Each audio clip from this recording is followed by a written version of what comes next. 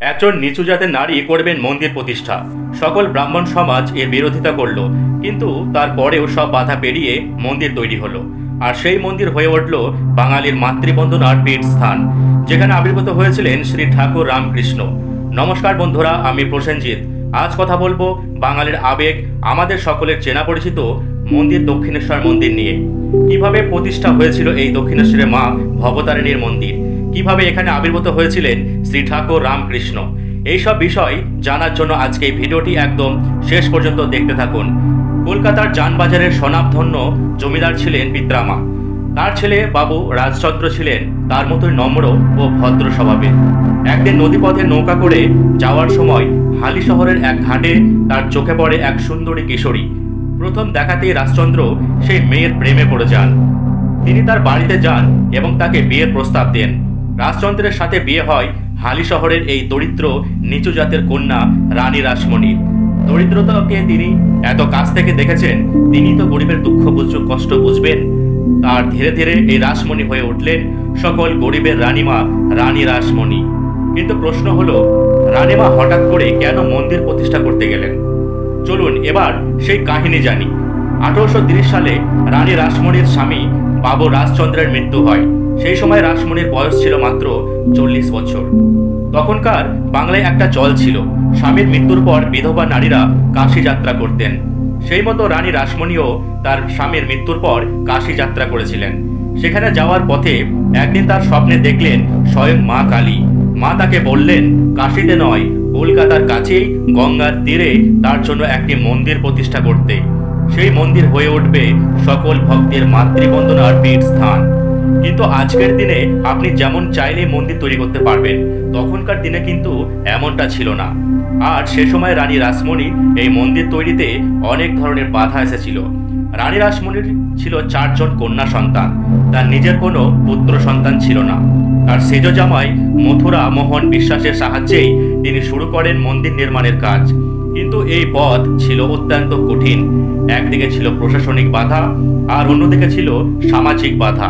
প্রথমত, কলকাতার আশেপাশে গঙ্গার তীরে এত বড় একটা জমি খুঁজে পাওয়া খুবই দুষ্কর ছিল।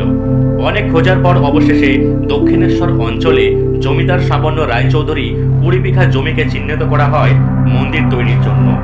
অনেক প্রশাসনিক জটিলতা কাটিয়ে রানী রাসমণি সেই জমিটি কেনেন, যেটা মন্দির তৈরির জন্য মোটেও উপযোগী ছিল না। এরপর শুরু হয় সেই জলা জমিকে মন্দির তৈরির উপযুক্ত করার কাজ, যার পেছনে রানী রাসমণি বহু টাকা খরচ করেছিলেন। আর অবশেষে 1847 সালে সেই জমিতেই শুরু হয় মন্দির নির্মাণের কাজ। এদিকে তৎকালীন যে ব্রাহ্মণ সমাজ ছিল, তারা এটা মেনে নিতে পারছিল না যে একজন নিচু জাতের কন্যা মায়ের মন্দিরে স্থাপনা করবে। তারা বিভিন্নভাবে এই মন্দির তৈরির কাজে ব্যাঘাত ঘটাতে থাকে। তারা প্রকাশ্যে হুমকি দেয় তারা এই মন্দিরকে বর্জন করবে। একজন শূদ্রের দ্বারা তৈরি হওয়া মন্দিরে কোনোভাবেই মা পূজা গ্রহণ করতে পারে না। সাধারণ মানুষের মনে তারা এই মন্দিরের বিষয়ে বিষ ঢালতে শুরু করে। মানুষকে তারা বিভ্রান্ত করে বলতে থাকে যে এই মন্দির স্থাপিত হলে মা রেগে গিয়ে প্রলয় ডেকে আনতে পারে, এই মন্দির তৈরি হলে সমাজে সংকট দেখা দিতে পারে। কিন্তু তাদের এই জঘন্য প্রচেষ্টা কখনো সফল হয়নি। এই সকল বাধা পেরিয়ে রানী রাসমণি এই মন্দির স্থাপন করেন এবং তিনি নিজের সর্বস্ব উজাড় করে দেন। এই মন্দিরের জন্য তিনি নিজের বহু সম্পত্তি এই মন্দির তৈরির জন্য বিক্রি করে দিয়েছিলেন এবং অবশেষে 1855 সালে এই মন্দিরের কাজ সম্পন্ন হয়। তবে এই মন্দিরের যে আকার আমরা দেখতে পাই, এই আকারের পিছনে কিন্তু রানী রাসমণি একটা বড় ভূমিকা পালন করেছিলেন। তিনি বাংলার বেশ কিছু ঐতিহ্যবাহী মন্দিরের স্থাপত্য থেকে এই দক্ষিণেশ্বর মন্দির তৈরির মূল অনুপ্রেরণা পেয়েছিলেন। বিশেষভাবে বর্তমান বাংলাদেশে কান্তনগর কান্তজিউ মন্দির তার আকার এবং আকৃতির জন্য সে সময় বাংলা জুড়ে বিখ্যাত ছিল এই কান্তজির মন্দির। রানী রাসমণিকে সব থেকে বেশি মুগ্ধ করেছিল। সেই মন্দিরের আদলেই তিনি দক্ষিণেশ্বরের মা ভবতারিণীর মন্দির নির্মাণের সিদ্ধান্ত নিয়েছিলেন। কান্তনগর মন্দির বাংলার নবগৌরব ও নবরত্ন স্থাপত্যের একটা অন্যতম উদাহরণ। এর দেওয়ালে সূক্ষ্ম টেরাকোটার কাজ এবং নবরত্নের বৈশিষ্ট্য রানী রাসমণিকে আকর্ষিত করেছিল। ফলে দক্ষিণেশ্বরের মন্দিরে নবরত্ন শৈলীর আদলে 9টি চূড়া নির্মাণ করা হয়। কান্তনগর মন্দিরের মতোই দক্ষিণেশ্বরে প্রধান উঁচু চূড়ার আশেপাশে ছোট ছোট 8টি চূড়া নির্মাণ করা হয়। কান্তনগর ছাড়াও তৎকালীন বাংলার বেশ কিছু ঐতিহ্যবাহী মন্দির যেমন নবদ্বীপের শ্রী চৈতন্য মন্দির এবং যশোরেশ্বরী মন্দির থেকেও রানী রাসমণি অনুপ্রেরণা পেয়েছিলেন। দক্ষিণেশ্বরা মন্দিরের চত্বরে মা ভবতারিণীর মন্দির ছাড়াও মূল মন্দির সামনে তৈরি করা হয় একটা বৃহৎ নাট মন্দির। তার বাম দিকে 12টি জ্যোতির্লিঙ্গের আদলে 12টি শিব মন্দির এবং মূল মন্দিরের ঠিক পেছনে তৈরি করা হয় রাধা গোবিন্দের মন্দির। রানী রাসমণি বিশ্বাস করতেন রাধা ও কৃষ্ণের উপাসনার মাধ্যমে ভক্তদের মধ্যে ভগবানের প্রতি প্রেম ভক্তি এবং মানবিক মূল্যবোধ জাগ্রত হবে। তাই তিনি নবদ্বীপের বৈষ্ণব মন্দিরের আদলে এই মন্দিরের নির্মাণ পরিকল্পনা করেছিলেন। এবার মন্দির তৈরি হয়ে গেল, কিন্তু এবার পালা ছিল মায়ের মূর্তি নির্মাণের। রানী মাতা স্বপ্নে দেবীর যে রূপ দেখেছিলেন তা ছিল দেবীর শোভন, শান্ত এবং মমতাময়ী রূপ। তার বিবরণ মতোই মূর্তি তৈরির জন্য তিনি একজন ভালো ভাস্করকে খুঁজতে থাকেন। রানীমার গুরুদেব তাকে সন্ধান দেন কাটোয়ার দাইহাটের স্বনামধন্য শিল্পী নবীন ভাস্করের। গুরুদেবের কথাতেই তখন নবীন ভাস্করকে ডেকে পাঠানো হয়। রানীমার বিবরণ অনুযায়ী তিনি শুরু করেন মায়ের মূর্তি নির্মাণের কাজ। এই মূর্তি গড়ার জন্য তিনি বিহারের জামালপুর থেকে কোষ্ঠী পাথর নিয়ে এসেছিলেন। এরপর তিনি 1 মাসেরও বেশি সময় ধরে দেবীর অন্যদিকে নিষ্ঠার সঙ্গে সকল আচার মেনে কলকাতায় তার নিজের স্টুডিওতে মায়ের মূর্তি তৈরি কাজ শুরু করেছিলেন। প্রথমে তিনি একটি মূর্তি তৈরি করেছিলেন, কিন্তু সেই মূর্তি মন্দিরের গর্ভগৃহের তুলনায় বেশ বড় হয়ে যায়। ফলত রানীমার কথায় তিনি আবারও মূর্তি তৈরির কাজ শুরু করেন। দ্বিতীয়বার যে মূর্তিটি তৈরি হয় সেটি গর্ভগৃহের তুলনায় বেশ খানিকটা ছোট হয়ে যায়, ফলে এই মূর্তি বেমানান হয়ে যায়।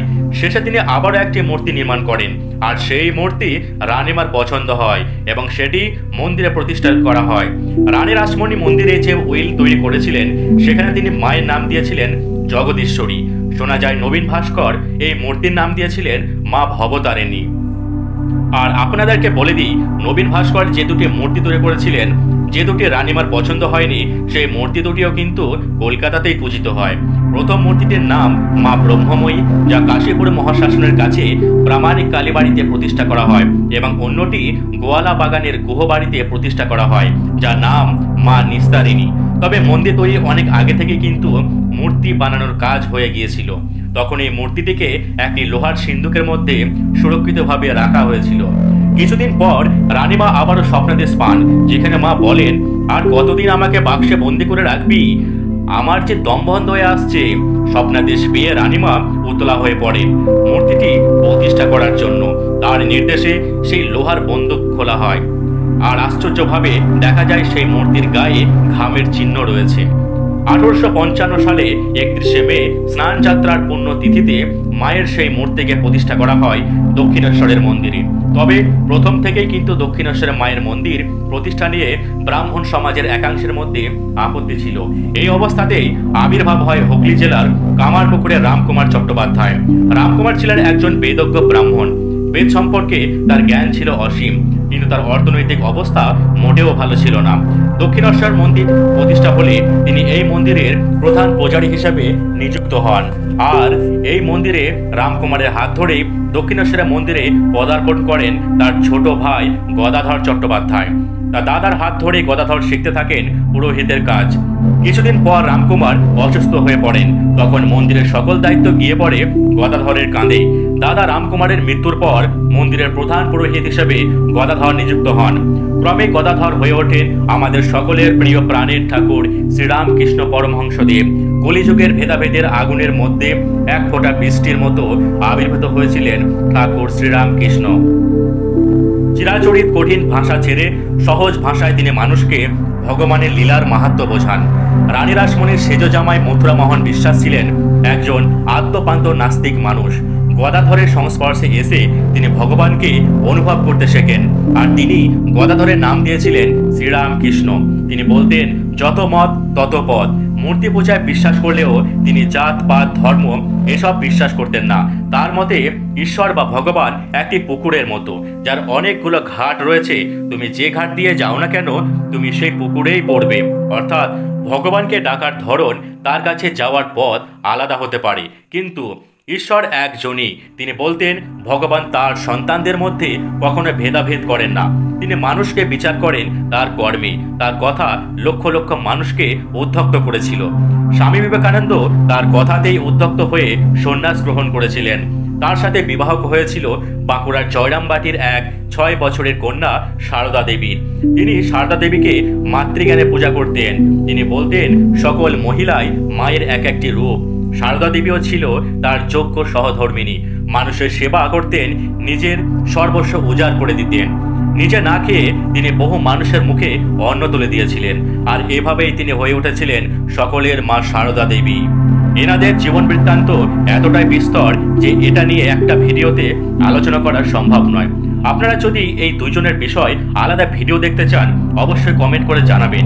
এই ভিডিওর মাধ্যমে আমি দক্ষিণেশ্বরে মায়ের মন্দির, রানী রাসমণির জীবন এবং ঠাকুর শ্রীরামকৃষ্ণের এই মন্দিরের সাথে যুক্ত হওয়ার ইতিহাস এবং কাহিনী তুলে ধরলাম। আপনি কি কখনো দক্ষিণেশ্বর মায়ের দর্শন করতে গিয়েছিলেন? অবশ্যই কমেন্টে জানাবেন। আর এই ভিডিওটা ভালো লাগলে অবশ্যই বন্ধুদের সাথে শেয়ার করে দিন। দেখা হবে পরের ভিডিওতে। ততদিন ভালো থাকবেন, সুস্থ থাকবেন। আর আমি প্রসেনজিৎ আপনাদের সাথে।